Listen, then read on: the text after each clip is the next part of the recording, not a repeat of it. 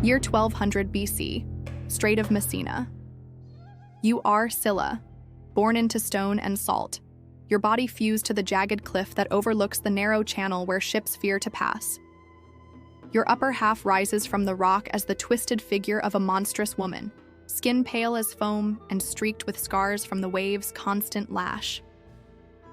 From your waist, 6 long serpentine necks extend, each ending in a bestial head with 3 rows of jagged teeth, eyes burning yellow in the dim light. From your sides, canine forelegs writhe and grip the stone, claws digging for purchase against the pull of the tide. Short root-like tentacles trail down into the water, anchoring you to the cliff and ensuring you will never walk, never migrate. Sailors argue about what you are.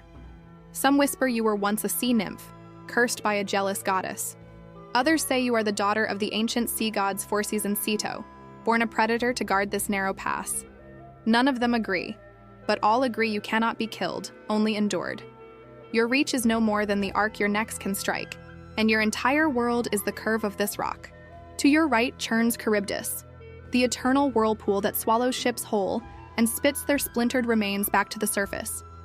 To your left stretches open water, the only approach for those desperate or foolish enough to hug your side of the channel.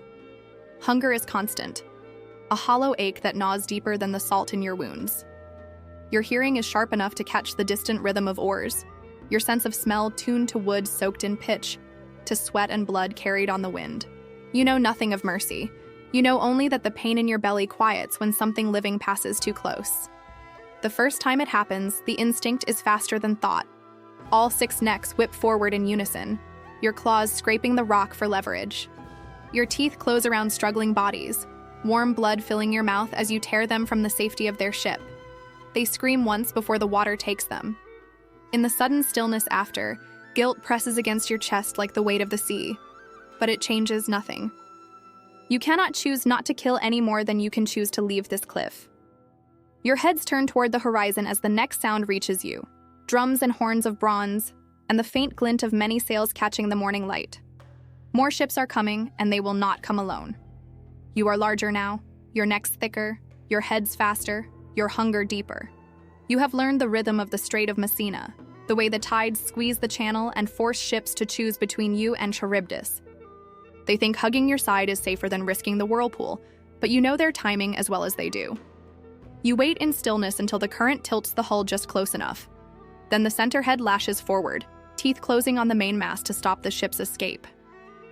The outer heads strike in unison, tearing 6 screaming men from the deck before the crew can react. Your canine limbs hook into the rigging, claws biting into hemp, holding the vessel in place as the rest of your necks plunge into the chaos to drag more prey away. Every strike leaves a mark on you. Teeth snap under the strain, gums split, saltwater burns the raw flesh until it feels like fire under the skin. The pain doesn't stop you. Hunger leaves no space for mercy. You have become part of the lore of the strait. To the captains, you are a hazard to plot around. To the sailors, you are a death they can see before it takes them. Other dangers challenge your hold on the rock. Nereids circle you in glimmering arcs, their coral-tipped spears striking at your eyes when you stretch too far. Tritons try to drive you from the cliff with blasts of their conch shells, the sound shattering through your skull.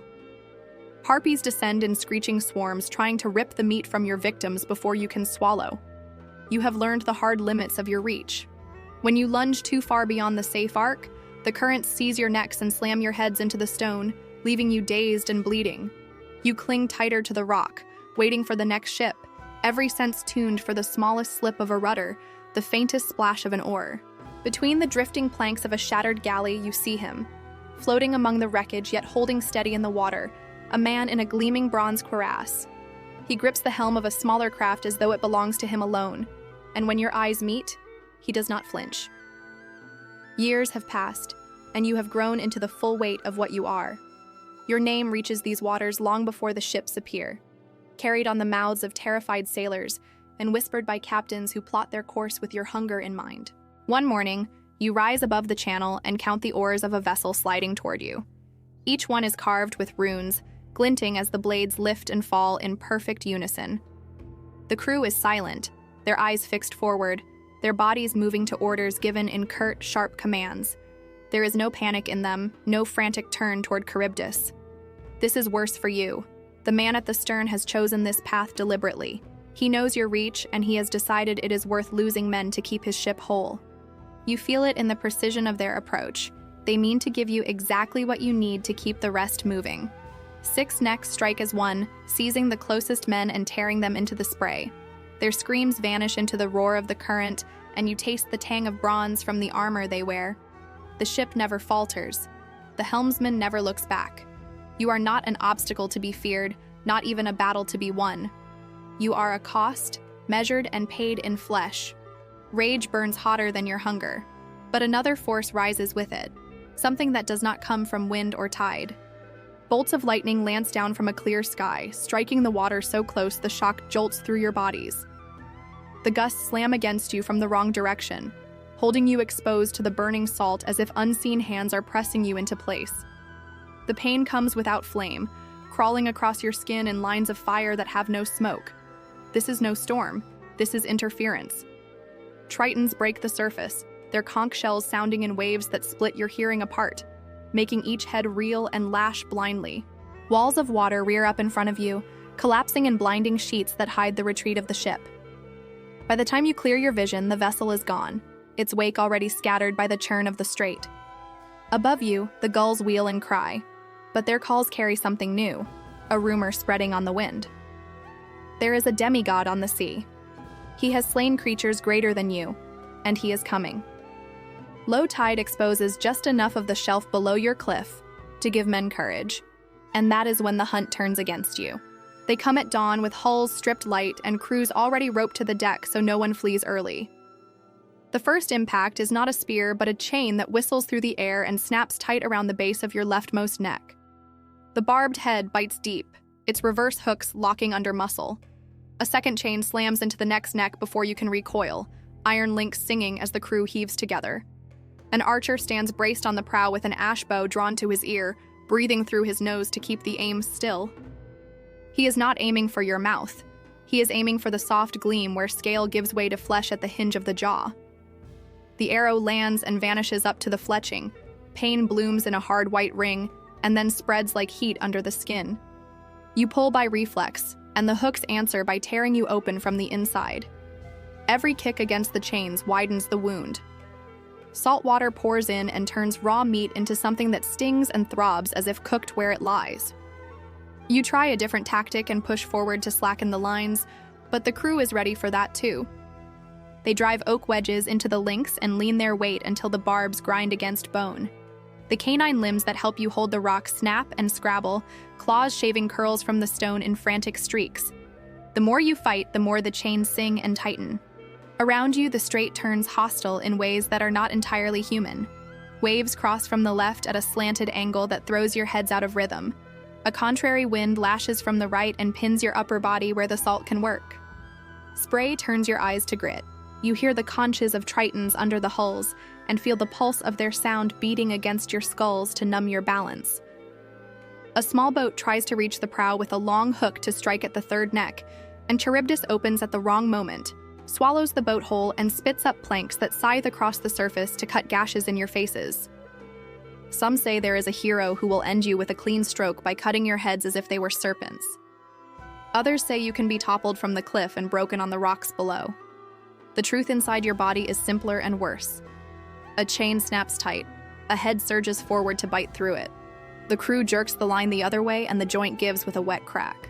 The canine barks that roar from deep in your chest turn into thin animal squeals. One of your 6 heads tears free and falls, vanishing into the mouth of the whirlpool like a fish down a throat. For a moment there is silence that feels like relief, but the cliff will not release you, and the sea will not keep what it takes. By the next set of tides, a rounded stump rises where the head was, slick with blood and trying to shape itself back into jaws and teeth and sight. Immortality here is not a gift. It is a sentence carried out one regrowth at a time. The men on the deck watch to see if you weaken. You lunge because hunger sits where pain cannot reach, and you tear 3 of them away before the chains rip again through your opened necks. The crew hacks the remaining lines and rows backward, satisfied not with victory, but with evidence that you can be bled and measured. You sag against the stone and feel the burn deepen along every cut. Far out on the horizon, more wakes seam the surface in parallel tracks. Trade doubles. Hulls grow taller and broader. You catch the flash of polished plates mounted along their rails, mirrors angled to catch the sun and blind your heads when they next come within reach. Time bends and the strait changes its habits, but you are still Scylla fixed to the cliff while traffic thickens until the channel hums like a hive. Experienced captains read the tides the way hunters read tracks, timing their approach to the slack water that hugs your wall. Hulls arrive wrapped in bronze bands and strips of cured hide that turn your bite into pain, your teeth hitting the metal and ringing through your skull. You adapt because hunger forces invention. You stop lunging at the obvious silhouettes on the deck where spears wait for your eyes and mouths. You hold low against the stone and let the ship overrun your position until the keel shadows the water above your faces. Then the center neck surges up under the belly, jaws wedging between wood, and rock to jam the vessel in place while two outer heads angle toward the flicker of human shadows reflected on the surface. You pull men straight down by their outlines, snatching them from behind the protection of rail and shield before a single lance can find your pupils. Your canine limbs scuttle along rigging scraps and bolt heads to keep leverage, claws biting bronze bands and slipping until they hiss. The damage you take is different now. It is not the tearing of hooks or the crush of stones. It is the steady grind of brass against enamel, the bruising shock of reinforced timbers, the gout of blood that follows when a strip of hide snaps and your teeth skid and catch your own gums. Being Scylla does not improve with practice. When the fish vanish from the shoals during lean years, you cannot chase them to richer grounds. You wait and starve and listen to the laughter from decks that treat you as folklore with a body. They wager on how close they can pass without paying a price, and the losers are counted as the fee for using your side of the strait. Opportunists learn your new timing. Dolphins drive what little prey remains away from your cliff to safer eddies. Gulls and cormorants wheel above your heads and stab at the strips of meat you tear free, ripping the best bits out of your mouths before you can swallow. Winter arrives like a blade. A wind from the north locks your upper body in cold so hard your skin shines with salt frost. The water slaps your faces numb and then burns them raw. Your eyelids crack along the edges and the gums of every head split where the meat meets the fang, and every salt splash is a fresh spark of pain. The current tightens and the channel funnels more ships instead of fewer, because storms on the open sea drive them into routes they can predict. More cargo, more crews, more chances to eat, but also more tricks. A merchantman slides by with a string of butchered quarters hung just beyond your reach. The smell hammers your jaw hinge and you lunge in spite of yourself. And while you thrash at decoy meat, the smaller escort boats slip past the edge of your arc and vanish toward the whirlpool. They angle behind Charybdis, where you cannot watch both threats at once, and for an hour the channel feels empty while you chew nothing and know you were handled like an animal at the end of a rope. You change again. You count strokes. You watch the set of a sail. You feel the knee of the current. And take men only when the helm is already committed, because any strike that fails is wasted pain, and every wound compounds. You are not learning to be clever for pride. You are learning because Scylla without food is just stone and ache. Days blur into wakes and wakes blur into night, and then a sound grows through the water that is heavier than oars and deeper than wind in canvas. It is not the slap of leather or the ring of bronze. It is a low, steady thrum that your rock can feel, a vibration that climbs through your forelegs and makes your jawbones buzz. On the horizon, a hull rises taller and broader than any you have ever seen, its sides dark and smooth, its rails glittering with a line of polished shields set like a row of small suns. It is coming straight for your wall, and it does not slow. It looms over the horizon until it fills the channel, a hull so massive the vibration of its weight climbs through your anchoring limbs into your chest. The water around it boils with the churn of oars hidden behind plating and the snap of sails that shift direction without waiting for the wind. The sides are sheathed in layers of blackened wood and iron ribs that drink the sunlight, and between the shielded rails gleam polished plates ready to throw fire into your eyes. The air cracks with the first volley, metal bolts, heavy enough to drive through your outer heads, hissing over the waves in arcs you cannot dodge. The hunger has been too long gnawing. Prudence collapses under its weight.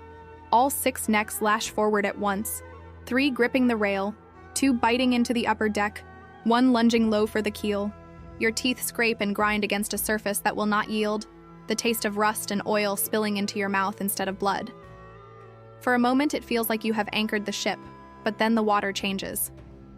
Charybdis opens not in her usual rhythm, but in a sudden wrench of current, the suction tearing sideways instead of down. The vessel swings on the pull like a weapon, and the oars drive with the current to use the whirlpool's draw against you. The chains of water and wind drag the ship's weight across your arc and slam it into you with the force of the tide compressed into an instant. The cliff behind you meets your body with no give. Teeth shatter from the roots upward. The canine limbs twist until the joints pop in opposite directions. The stone cuts your flanks open as the hull presses you flat, ribs grinding under the push of the channel's full power. Salt water floods the hollow of your grotto, not in waves but in a single crushing wall, forcing itself into your lungs while you are still above the surface. You feel your heads thrash out of sightlines you cannot control, necks bending wrong under the combined pull of the ship and the whirlpool's drag. Your vision narrows until it is only the white churn around you, and then even that fades. When your awareness returns, it is not to calm or release. It is to the wet scrape of rock under your claws as you cling to the same cliff, the same water moving through the same narrow throat of sea. The great ship is gone, its wake already broken apart by the cross currents. More sails will come, more captains will balance their losses against their prizes and decide how close to brush your reach. Your heads will grow back, your teeth will knit, your wounds will harden into new scars. You will strike because you exist, and you will exist because you strike. The strait does not change, neither do you.